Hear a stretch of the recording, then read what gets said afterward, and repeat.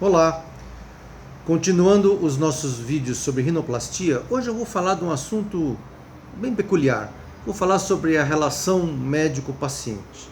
Se você se interessa por esse tipo de vídeo, inscreva-se na nossa página, dê um like, toque um sininho para que você possa receber diretamente no seu e-mail os próximos vídeos. Eu decidi fazer esse vídeo porque eu acompanho uma série de sites na internet sobre rinoplastia e eu fico espantado com as dúvidas dos pacientes, porque a impressão que eu tenho é que os pacientes ou não tiram as dúvidas com seus próprios médicos, seus próprios cirurgiões, quer dizer, pacientes que foram submetidos à cirurgia e que permanecem com uma série de dúvidas que me estranha, porque elas deveriam ter sido resolvidas, digamos assim, com os seus médicos, com aquele cirurgião que operou.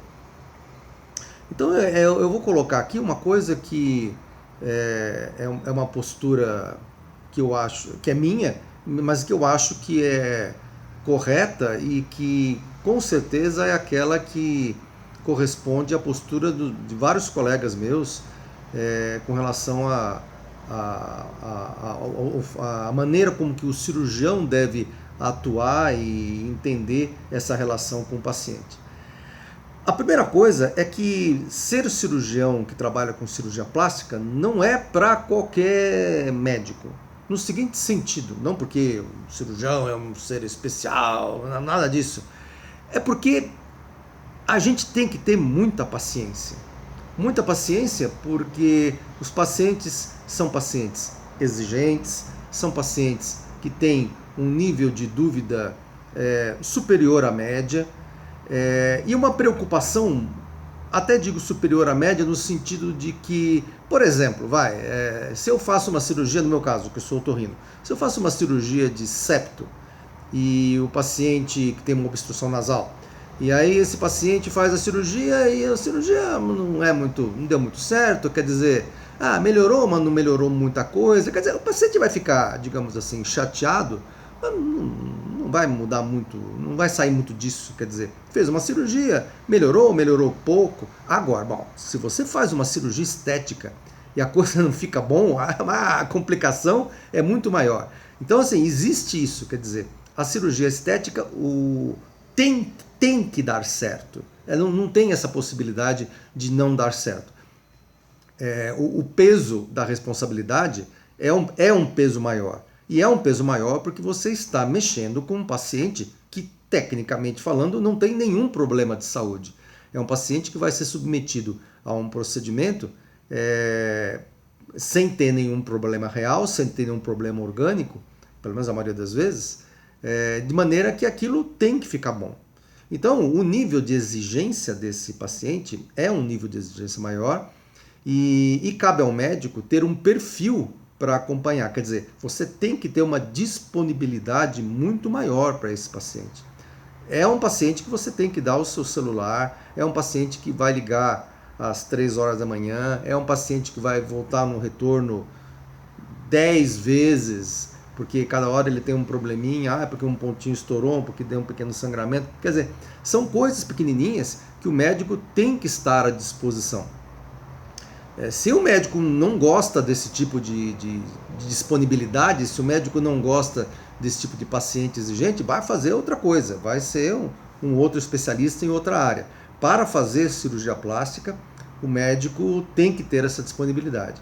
E acho que os pacientes têm que aprender também a cobrar de seus médicos isso. Quer dizer, você fez uma cirurgia, 99% das vezes é uma cirurgia particular, você pagou por isso, é um procedimento diferenciado, o médico precisa estar à sua disposição para tirar as suas dúvidas.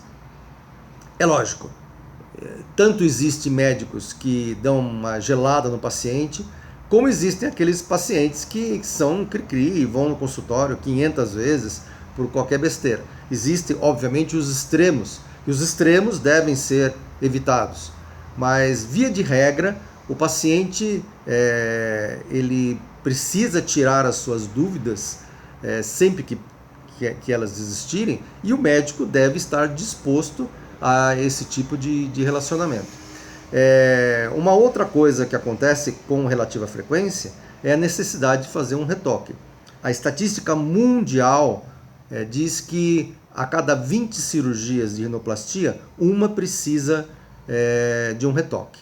Uma precisa voltar para a mesa para fazer algum tipo de ajuste. Isso acontece, é uma frequência que acontece com todos os médicos. Todo médico tem nariz que precisa fazer retoque. Não existe médico que 100% resolve na primeira cirurgia. E 20%, 20% não, 1 em cada 20 dá mais ou menos 5%, o que é uma frequência relativamente alta. E isso não é da toa que acontece. Acontece porque boa parte do resultado da rinoplastia é uma resposta do organismo da pessoa àquela agressão cirúrgica. Então é uma coisa que tem um certo grau de imprevisibilidade. Então o que eu queria ressaltar com relação a essa questão da cirurgia de revisional é que a boa prática diz que o cirurgião não deve cobrar uma cirurgia revisional, né?